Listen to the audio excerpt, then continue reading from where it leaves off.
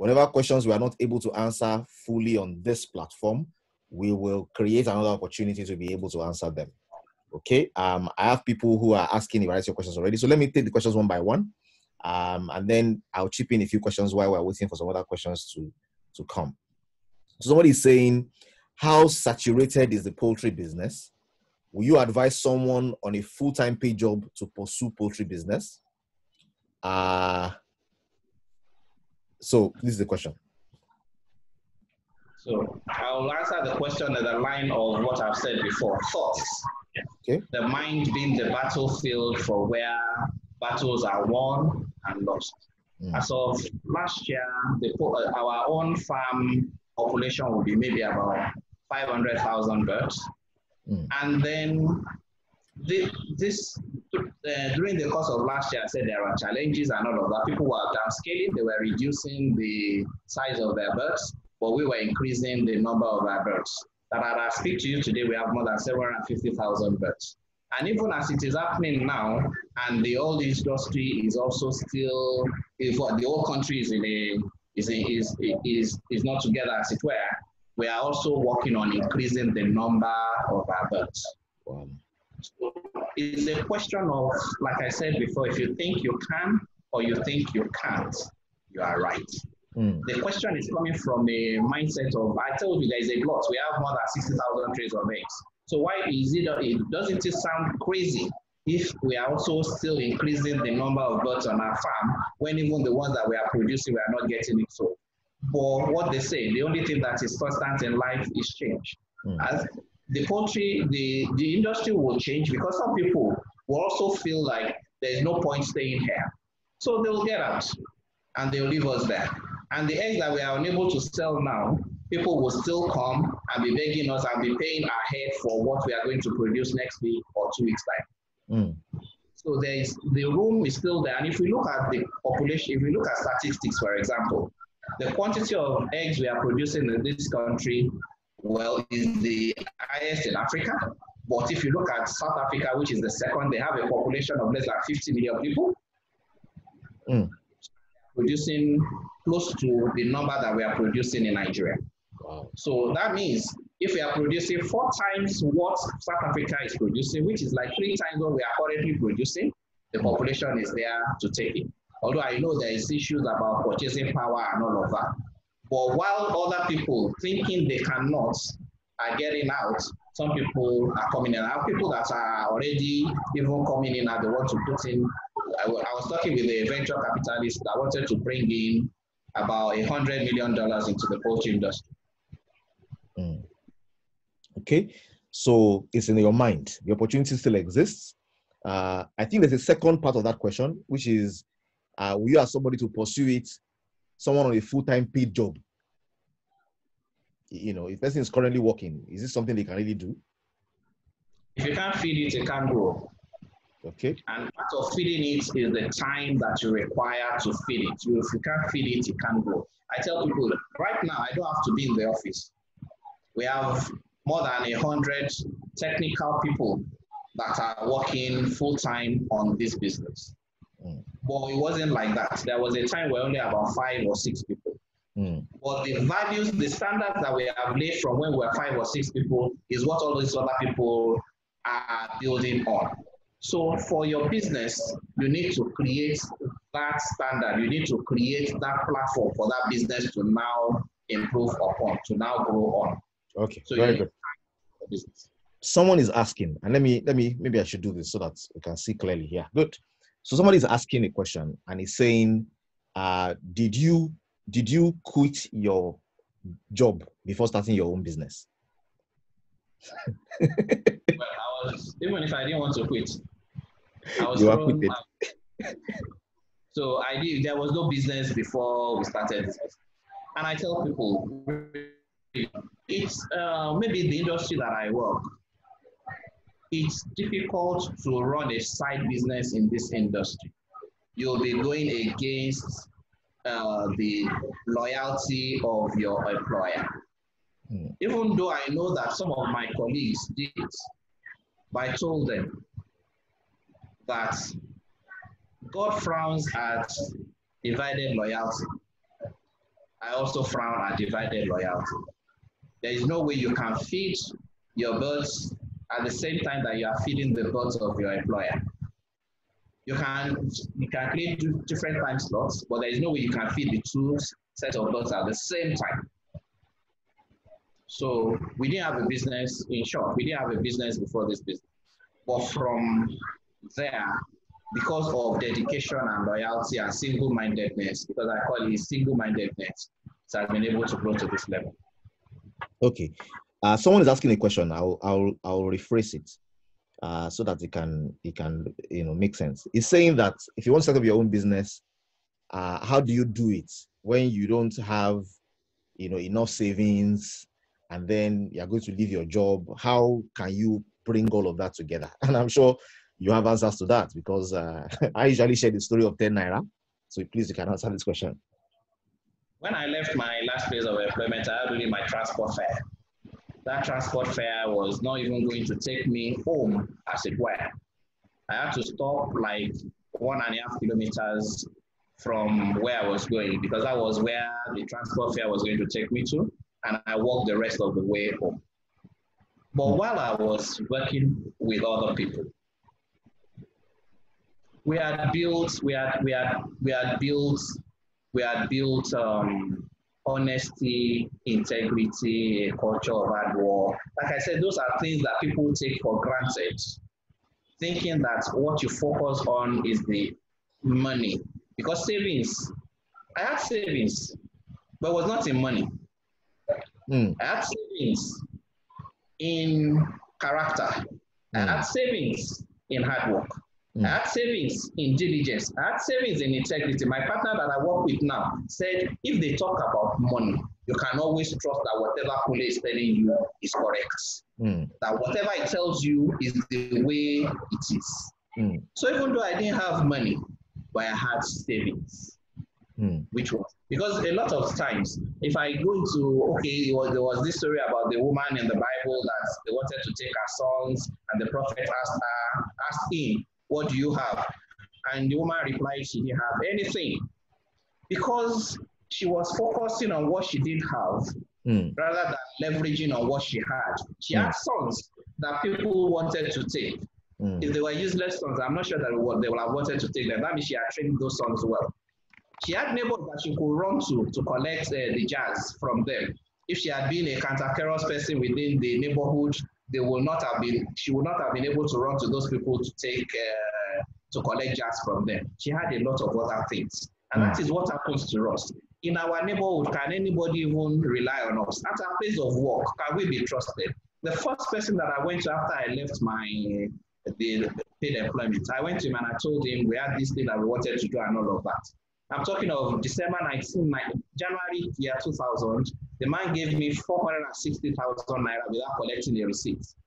And he said he trusts me that I will deliver on whatever it is that I've asked, that he's asking of. And I'm talking of year 2000. There was another woman I was selling that said, okay, I know you. I know that you have a good network of people in Ibadan that you can source eggs from. Can you help me source eggs from them? And then I said, okay, no problem. I was even going to do it for her for free. I said, okay, I will help source the eggs. People will come. So she will transfer money to my account. And I'm talking of, she was transferring twice a week, 250,000 each into my account in year 2000. And I didn't have, and I told you, I only had my transport fare a month earlier. So it was very tempting to want to take out of our 250,000. But it was not in our character. It wasn't in our character. So we will source the eggs, she will send people, and then she was giving me 10 naira per crate of eggs, which was amounting to 24,000 naira per week, even as at that time. And all I had to do was just go source eggs for her. There was another person for the old chicks as well, because I didn't have money, but I had good stock of capital in other, build capital in other areas, and stop focusing on money as the only means of capital that you need. A lot of people that even have money now, I'm talking of a venture capitalists that wants to bring in $100 million into the country. They have money. They are looking for people that will do the business for them. Awesome. So people talk about money being limiting. But I found out that money is one of the easiest things to come about, even within this our country where it appears as if there is no money. Money is chasing ideas. Money is chasing the people that have integrity. Money is chasing the people that have solid businesses on ground. Awesome. Okay, someone is asking here, it is common knowledge in Nigeria that everyone wants to be CEO. Ask a lot of young people where they see themselves in the next 5 to 10 years, and they'll tell you they see themselves running their own business. You have shown and proven that partnership can work, achieving more by working together. What have been the challenges of running this partnership, and what will you advise those of us thinking of going to partnership? Thank you for this opportunity. I said of my partner that is not around. He's not been around for about 1.5 months now. We have been running the business. Although and I can tell you that even from 20 years ago, it's not that we grew into having this. It was part of the way that we've been running from then. Because both of us have a mind of selfless service. We want to serve, we want to work, we want to do what needs to be done. And that's where the reward comes. I tell people, even though we are scared of doing partnerships, if you employ a staff today, you are in partnership with that staff, even though it is not written, it is not agreed as a partnership, because you will have to rely on what the staff tells you about what happens. Already, because trust is the basis of relationship. Trust is the basis of relationship. Where there is no trust, that's one of the challenges we have in this country today. We do not trust our leaders do not trust us, we don't trust the next person to us and all of that. We need to be able to move beyond this trust and learn to trust. That trust is not broken, for sure. Many times trust is broken. We have been burned severally. This is not the first business that I was going to do with someone. I did another one earlier when I left my first place of employment. Then it was not that it was not trustworthy. It was just that both of us did not know what we were doing. We thought we knew, but we didn't really know what we were doing. That was what happened. But it had nothing to do with trust. I choose, and most of the time, trust is a matter of choice. You choose to trust, or you choose to distrust. Okay. So for partnership, up till today, if you ask us to produce the agreement that binds us together, in fact, support we do not have. But we have been able to grow that business even without having an agreement that binds us. I know the lawyers will crucify me for saying that, but that is the trust is the basis of it. It's not the marriage certificate that they give us in church or give us in the court that is the basis of our marriage. The marriage is a basis of trust. And a partnership is like a marriage. Okay. Someone is asking that, do you have a material? Do you have a material that people who want to start a poultry business can use? Is there a study material for people that want to do poultry business, what they can study? Internet is awash with information. Okay. Have I answered the question? Yes. You don't want to make money from the book. That's why there's a difference between, the first thing is make up your mind. I keep talking about the mind, the mind, the mind, the mind. I tell people we do not have an option in this poultry business, but is it true that we don't have an option? We have an option. We could have diverted our monies to some other things, but we choose to focus on this. So I talk about the mind, the mind, the mind. If you go through the books and you are looking at the books to be able to tell you how to run this, yes, we can share some materials with you. At the end of this program, you can share my email addresses with people. They can contact me via email. We can offer some literature, but most of the time it's getting there, getting on the field that you get to learn things to do. Okay. Someone is asking, what is the starting point for poultry farming in small scale? Is it possible to do it in small scale? First of all, started with less than 1,000 birds. Okay. Okay. Someone else is asking, I don't know how this one is, how profitable is potatoes farming? poultry farming. I think maybe he wants to talk about poultry farming. It says potato. Maybe it's poultry he wanted to refer to. I'm assuming because okay, so we're talking about poultry. Poultry, yeah. How profitable? I feed my family. Okay. Okay, good. So somebody else is asking, I bought 1,200 birds. I didn't know much about it, so I employed someone in the business. Having done all I was told to do at the end of the day, I had 270 birds left, which didn't encourage me to venture into the business again. Can you be my mentor to guide me when I'm ready? Eh?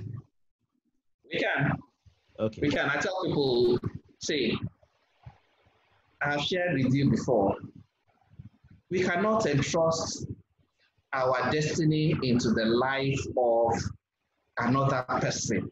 And most of the time, when we even employ people for that kind of business, we are looking for someone that just passed out of school that has not gotten any experience, or the quality of the experience is even doubtful.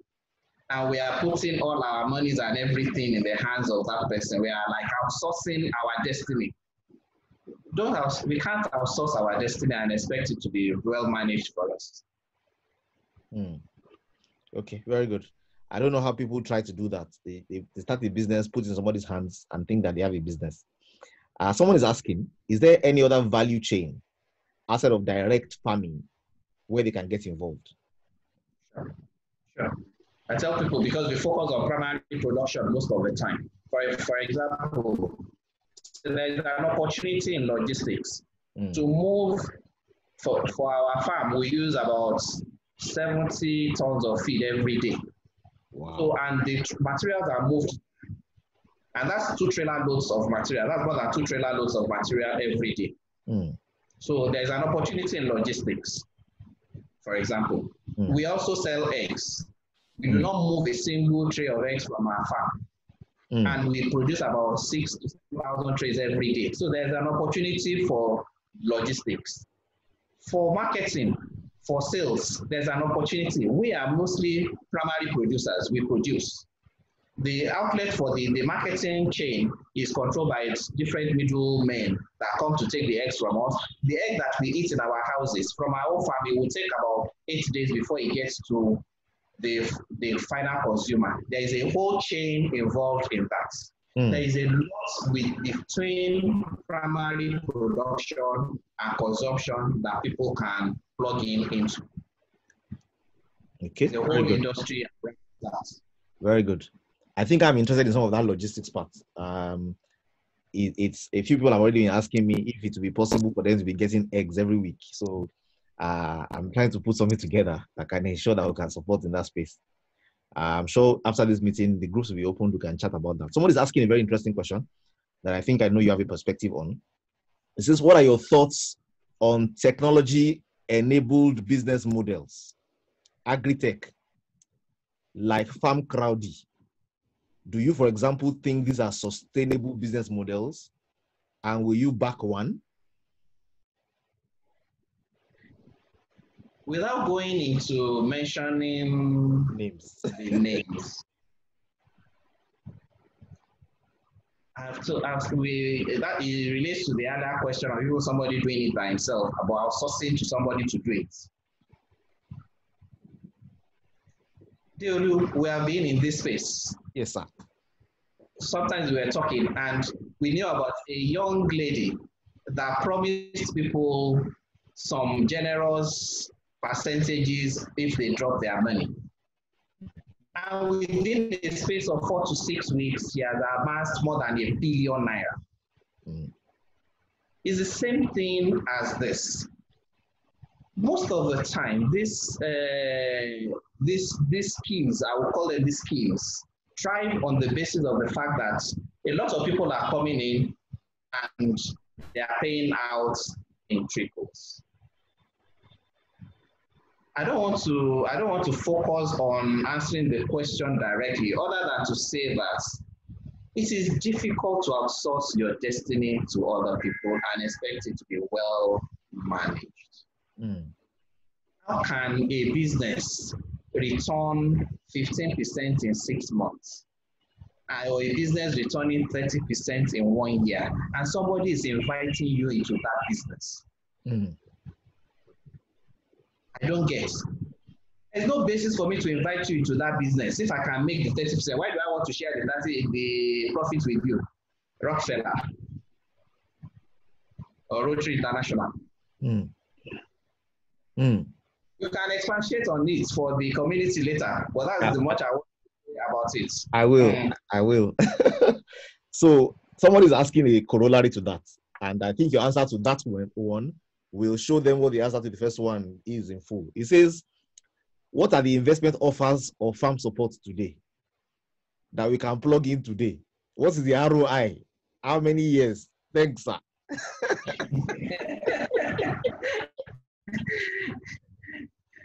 Yes.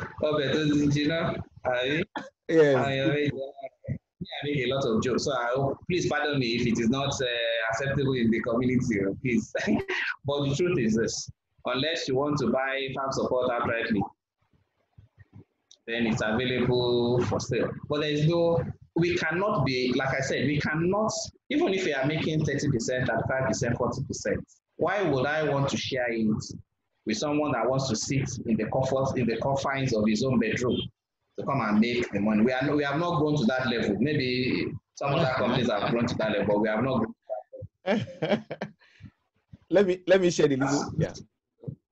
Let me, you know that I like to joke about such things, but let me be serious about it. Every business has a time, there are stages, it's like the stage of growth of individuals. And if you don't keep putting back into that business, there is no way the business can grow. If you are taking money out of the business, if you are sucking the life out of the business cannot. So even if the business is making 15%, for example, you cannot even spend 5% out of that 15%, unless the business will not grow. The business will be stagnant. So whatever the ROIs are like, there is no money to share. Up till today, I was discussing with you yesterday, and we talk about the size of the business. I say, it's the size of the business. It's not the size of my person.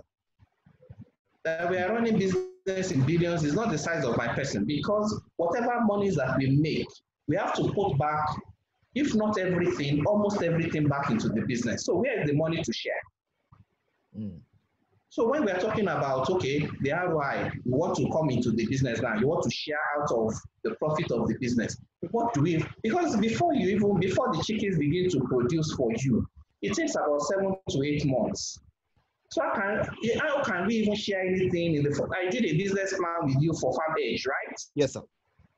And we saw what it means that even in 5 years, 6 years, 7 years, you can't take any money out of that business.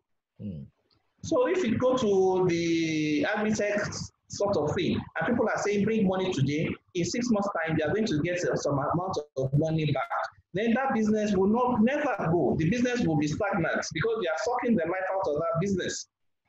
Even farm support now, we are not in a position to share money even in farm support today. That's why, Father, we have grown this big over the period of 20 years. We don't even have money to share. That's my wife in the house. She will tell you. let me add a little perspective. By the way, I hope she will not beat me when I get home. I know she's in here. Let me add a little perspective. So for the guy that is asking, this business is the proper structured agri businesses that are growing and doing well. CBN is giving them money at 6%, 7%, 9%, single digits. Why would they leave those funds and collect 30% from people who are going to really require their money if it is not a pyramid scheme? So I think, you know, and I don't know, we've grown with this mentality of I put my money there, it brings results for me. For many of these businesses, it's really the money of Peter that is being used to pay Paul. If you are really doing business and you want the business to grow, all the available cash being developed by the business is being rolled in. Why is Amazon one of the biggest companies in the world today? Because they refuse to pay dividend for over 20 years. So every available cash was pushed back into the company to grow it to become big. So if somebody can be giving you 20%, 30%, that's really better than bank rates already. You know, why are they not collecting money from the banks? Because they've not built those businesses to have credibility, you know. So I think it's an interesting perspective. Maybe we'll take it on more in the community, like you said. Somebody says, I'm playing with the idea of trying pineapple farming. So okay, let me just expand this question a bit. People always ask, you are doing poultry business. Don't you know that the excrete of the poultry is the food for fish? When will you start fish business? You are doing poultry business. You have 100 acres of land. You are not using all the land. Why don't you plant pineapple and cassava with the land? Why have you stuck with just birds and that value chain over 20 years? For us, the question of focus. They say if the blacksmith is knocking the metal at a particular point, then there's something he wants to bring out of it. And my partner will say, if we have been urinating on the same spot since we were born, we'll have been surprised that we'll have a mighty ocean from our urine alone. So we try to concentrate. You mentioned that we are one of the in the top 10 of the poultry industry in Nigeria. And by the way, we use one major bank for almost all our operations. Wow. One major bank. Even though we have offers from different banks, but we use one major bank for our operations. Why? The power of focus. If we by any means sneeze, they have to change the policy of the bank on agriculture because of farm support, because they understand the importance of that relationship to them. It's the same thing in the poultry industry in Nigeria today. Things are going to be done taking farm support into consideration. Meanwhile, if we diversify, as people will say, don't put your eggs in one basket, although I tell people, put your eggs in one basket and guard it with your life. That's the way that we look at it. Put it in one basket, but make sure that basket or nothing happens to that basket. Rather than distributing, because by distributing your eggs in different baskets, you're already saying, I'm ready to forgo the eggs in this basket, I'm ready to forgo the eggs in that basket and all of that. And you find that at the end of the day, even if you have 10 baskets, you can have lost 5 of those baskets and have 5 left. Why don't you put all the 10 in one basket, begin to guard it, and maybe at the end of the day, 2 gets bad out of that basket. You still have 8. And then they will say in Yoruba, you understand? The same way, in this, we are an authority all over the country, even beyond. I got approached by an American company on the basis of certain information they got from somewhere about the company. So apart from nationally, globally, we are recognized because of focusing on our core. We have more than 300 acres of land that we are using for poultry alone. No single fish, no single plant. Wow, 3,000 acres. 300 acres. 300 acres, okay. On poultry alone. In different places, or poultry alone. Well, some people have maybe 10,000, but they want to diversify. Some people have maybe an acre or 2 acres of land they are using for poultry, they want to diversify. And I tell you, what's the point? In the feces, for example, you mentioned about the feces. It's an industry on its own. Cotton is an industry on its own. And all of that. We use a lot of those things. Even maize is an industry on its own. I don't want to begin to go and learn that industry when we have not finished learning in the industry in which I am. Okay, somebody's asking a question here to say how profitable is pineapple business?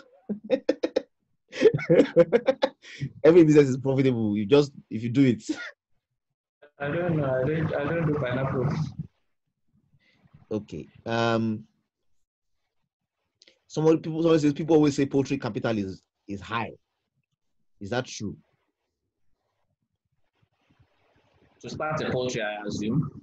Yes.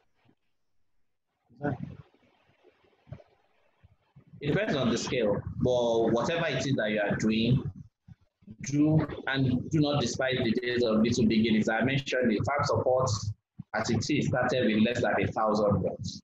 Farm support started with only about 5 members of staff. Right now we have more than 600 members of staff. We have more than 750,000 bird population. Wow.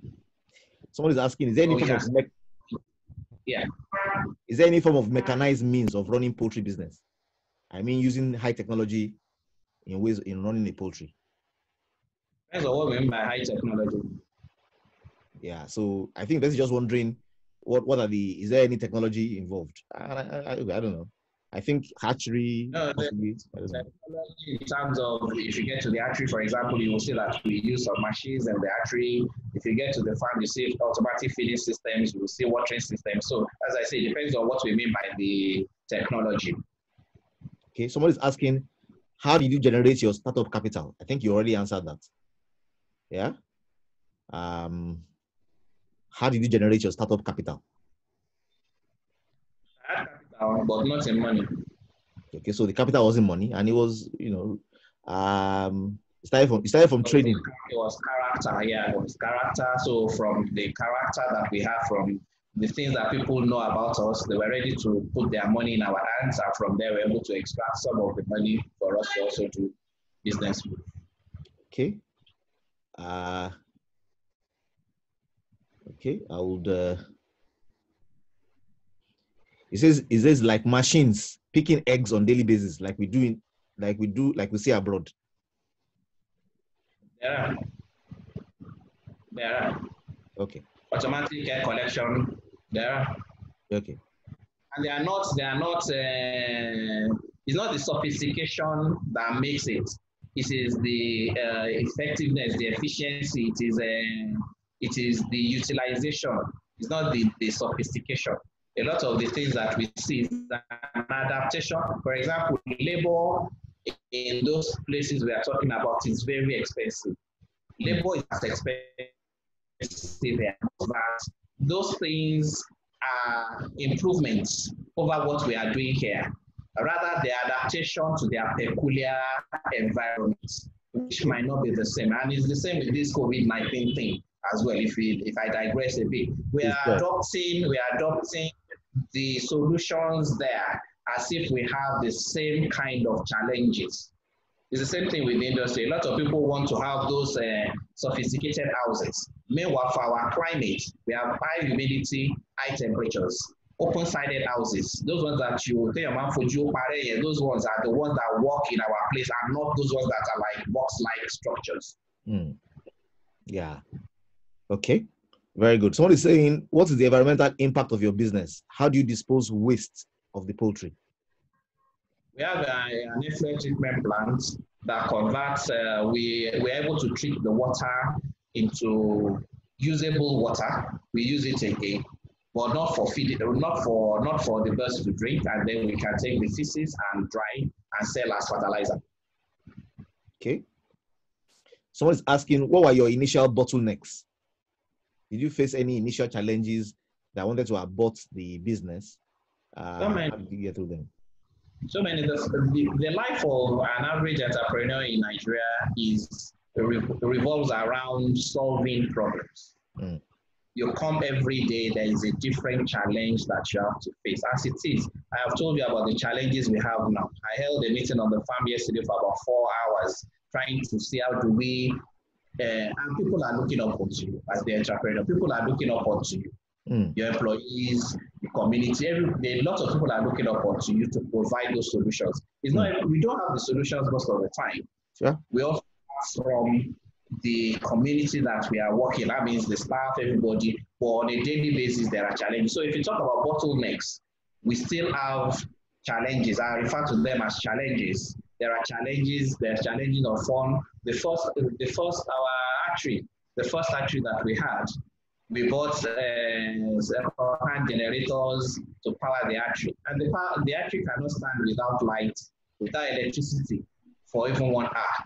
Wow. And over the weekend, the 2 generators that we bought for the hatchery packed up. Wow.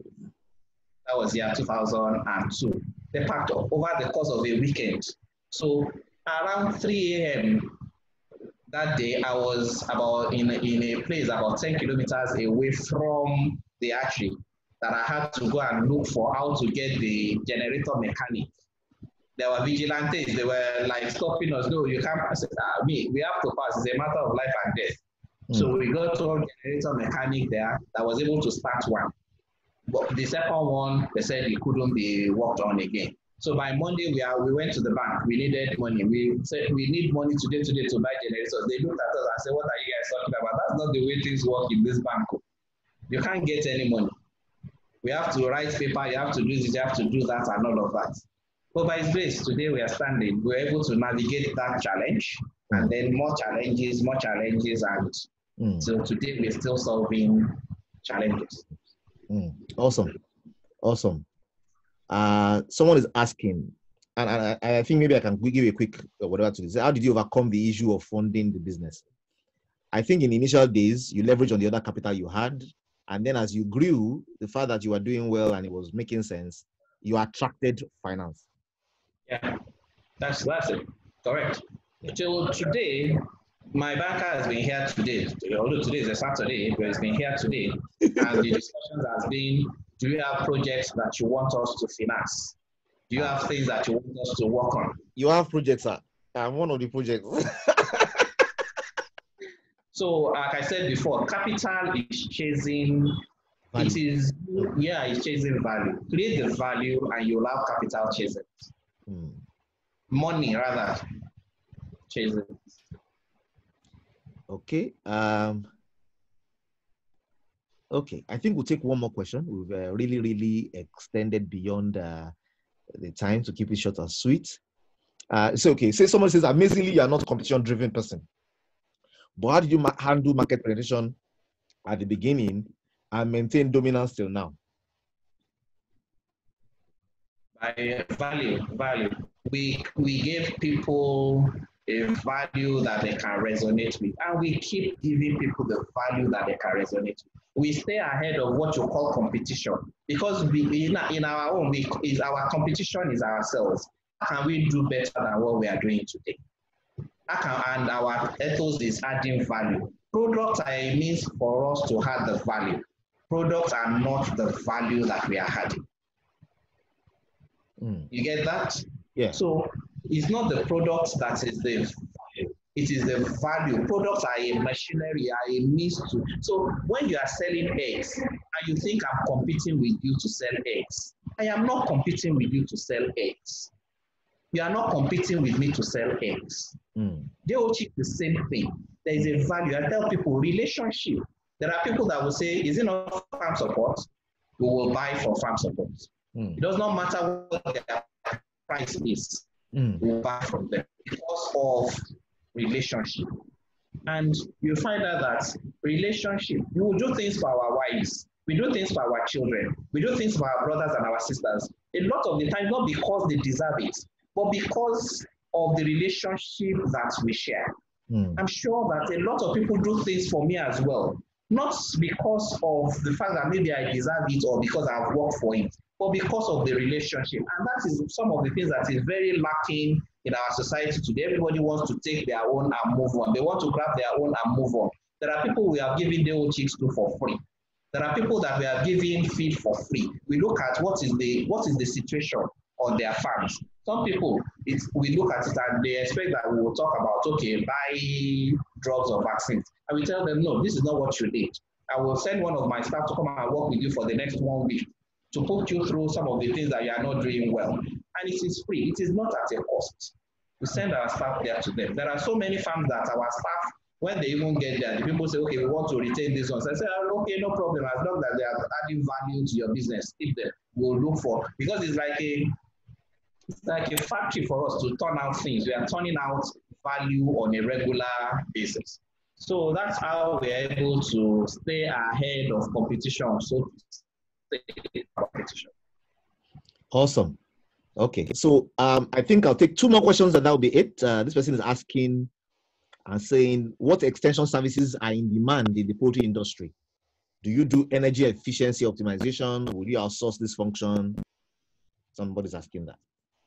Yeah, we focus on our core. Our core is poultry production. I tell people we are not in the business of generating power, energy, electricity. Although yes, we have numerous generators, we have power, we have transformers. They are a means for us to achieve our core, which is the production.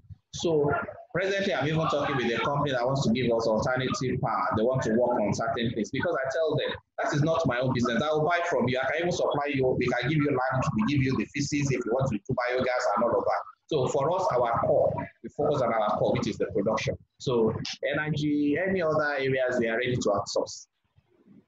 Okay, excellent. So there are a lot of questions that are coming in. People want to sell eggs. People want to join the Agric community. People want to know where the farm is located. So for those who want to join the community, if I can quickly answer that, somebody invited you for this meeting, just ask them. They will give you a WhatsApp group to join. We have different administrators administering different WhatsApp groups, so you can be involved in any one of them. We're doing this to ensure that during this lockdown, people can get value. After the lockdown, we'll continue to ensure that we can get value as well. We'll probably be able to organize a few other smaller meetings for people who are deeply interested in doing more in particular areas. So basically, connect to the person that invited you to the community. Somebody says, I would like to get eggs, and this person is not in Lagos. I think we can work on something as well. Let's see what's possible. Usually, it makes sense for the volume coming to your area to be big enough for that to work. We're actually putting something together to see if we can create some logistics around using this time when there's COVID-19 as a test case model to see what's possible. That has nothing to do with the speaker. That's just me and the community doing that. So, and I know I will get support when I go demanding for it. I'll take a last question. In the face of the current crisis, what are the impacts that's had on your business? What have you learned? And what will be the mitigating factors for the future? This is from African Butter. So is there something you want to share with us from there? Someone is asking, how do you get your feed? Some farms, yeah, they get their feed, they make their feed. Okay, I think you already answered that. So, Saya. So for this present situation that we are in, we are still in it. So the learning is still ongoing. We are looking at it. Okay, the major disruptions we have had now has to do with supply chain.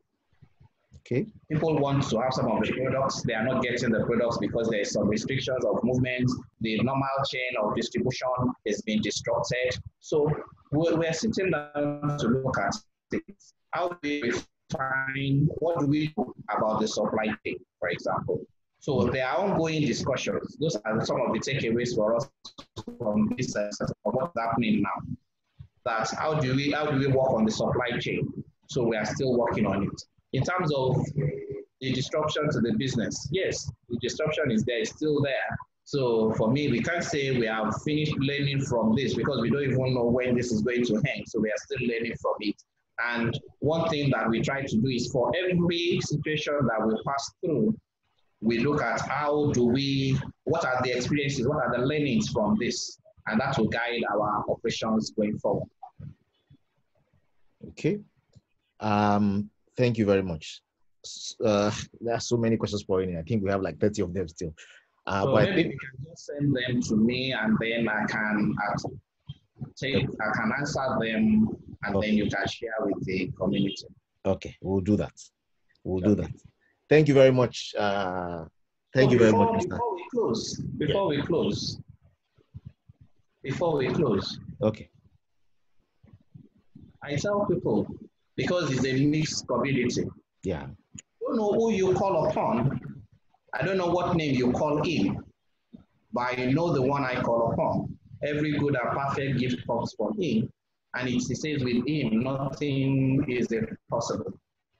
And because of my firm belief in him as the creator of all things, he's the Alpha and the Omega. He has me in his hands. I'm the apple of his eyes. I know the God that I serve. So I encourage each and every one of us. There is a supreme being that sits and controls the affairs of men.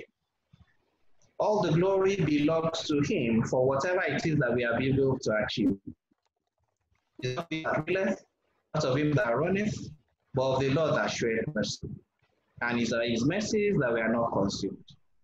Yes, we strive, we learn, we we are hardworking, we do all of that, but it is Him that crowns our efforts. So at every point in time, we are not unmindful of the role that He plays in our affairs. So to end this, I say all glory, all honor, all power, all adoration belongs to Him and to Him alone. Thank you. Thank you very much, Mr. Ogomoju. I really appreciate. And I think that's a very good parting shot for us today to say, look, beyond all that we can machinate with our minds as human beings, there is a God that rules and reigns over the affairs of men. And by trusting in Him, by having hope in Him, there's nothing that is insurmountable. And I think it's a charge for the speaker to say, look, if you don't have a relationship with this God, there's a relationship you want to build and ensure that He can guide and lead, because He's the one that leads in the pathways to profit. At the end of the day, we're having a class today about financial transparency in marriage, and we're asking ourselves, what's the purpose of money? Until we come your way the next time, let's take these lessons we have learned, let's document them. It is not what we learn that matters, it is what we do with what we learn. So I'm sure there's a lot we have learned today already. I'd like to encourage you, take action. Ask yourself, what can I do? Engage in the community. We'll open up the community for discussions. I will annex the questions and send to Mr. Ogomoju so that he can help us with the answers. We'll probably do this again. There's a lot of people interested in agriculture. Post-COVID, agriculture is going to really be interesting and boom, because right now people are not able to plant. For example, it doesn't mean there'll be value in harvest if planting is not happening now. So, for example, there's so many things that will become valuable because of the scarcity created by this kind of times. So let's be in the communities, ensure somebody else in the community. Being in the community is free. Yeah. If you want to make a higher commitment to do something else in the community, that's up to you. And how you like the values are proposed. So thank you very much, everybody, for coming. I'm going to play some music as we wind down today. And as we wind down, we'll gradually close the group in the next 10 minutes. Thank you very much, everybody, for showing up and coming around today. I think it's an exciting time to be alive.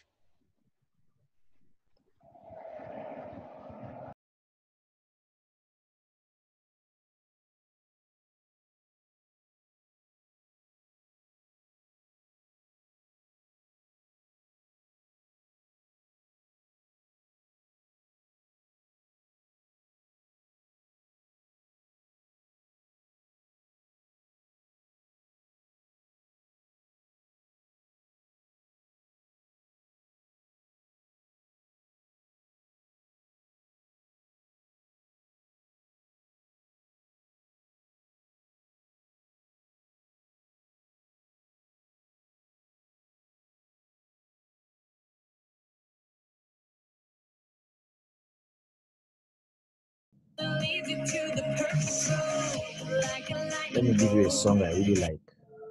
I like this one. Yeah.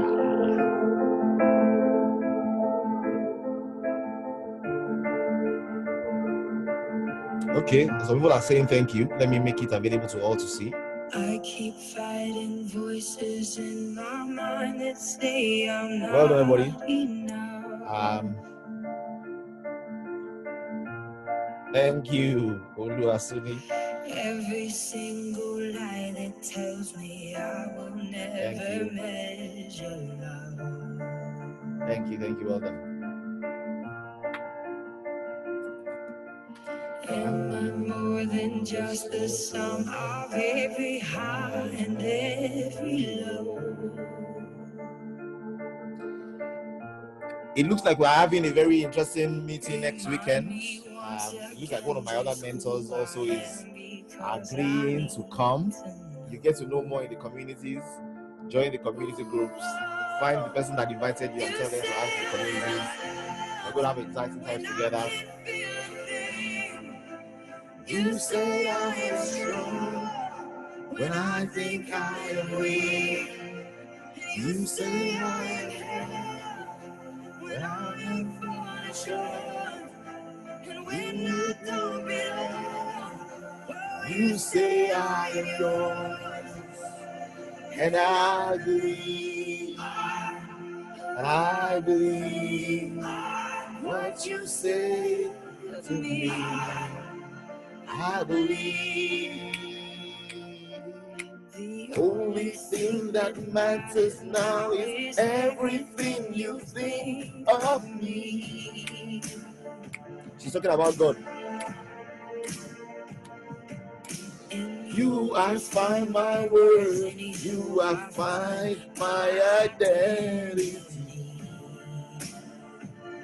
Oh, say I am loved when I can feel a thing. You say I am strong when I think I am weak. You say I am helped when I am falling short. When I don't belong, you say I am yours, and I believe. The title of the song is You Say, I Say. So somebody is thanking the Billy for inviting them. Thank you.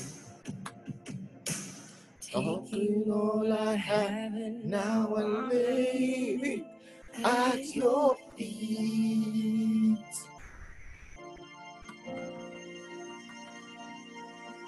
You have every failure, God. You have every victory. It looks like on Saturday we'll be having, let me give it to you, Pastor Sunday Bakare. He'll be talking to us on Saturday by God's grace. And he'll be telling us about, how to be guided in this time. And I want to talk about something he doesn't talk about normally, something that is basically different and strange. I want to talk about business and how he does business, how he does business by God's guidance. Yeah, we're going to do that on Saturday by God's grace. But let's keep our fingers crossed and hope. Thank you, Mr. Abuomoju, for these life lessons and single-mindedness.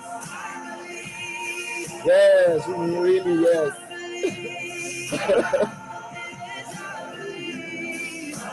The recording will be available at the communities shortly.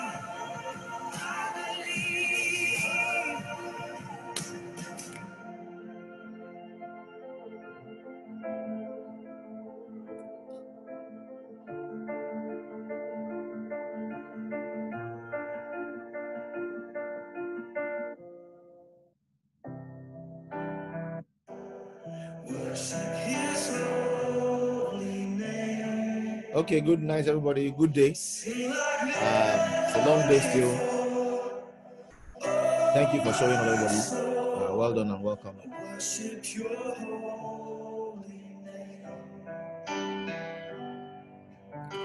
Please connect on the WhatsApp groups. Some people submitted their numbers. It's going to be quite an effort to dig them out. Let's see what we can do. Your song again. Whatever lay past and whatever lies before me.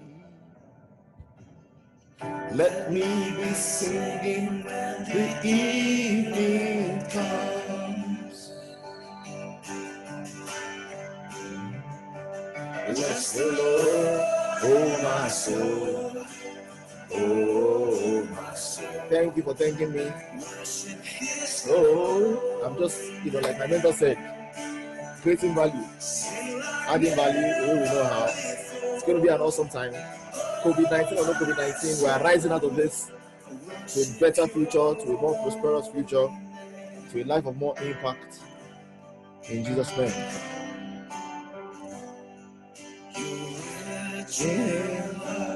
And you start new anger. Your name is great, and your heart is kind. For all your goodness, I will keep on singing. 10,000 years, therefore have to find. Bless the Lord, oh my soul. Oh my soul. Worship His holy name. Like never before. Oh my soul. Worship holy name.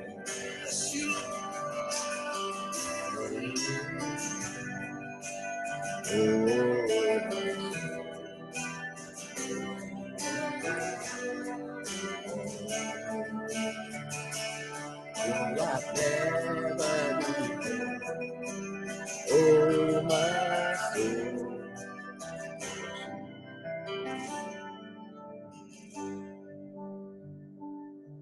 And on that day when my strength is failing, the end draws near and my time has come. Still my soul sings your praise unending.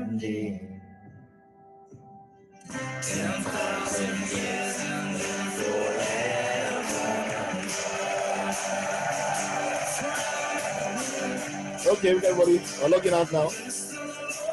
I know you're enjoying the music, but we have to go now.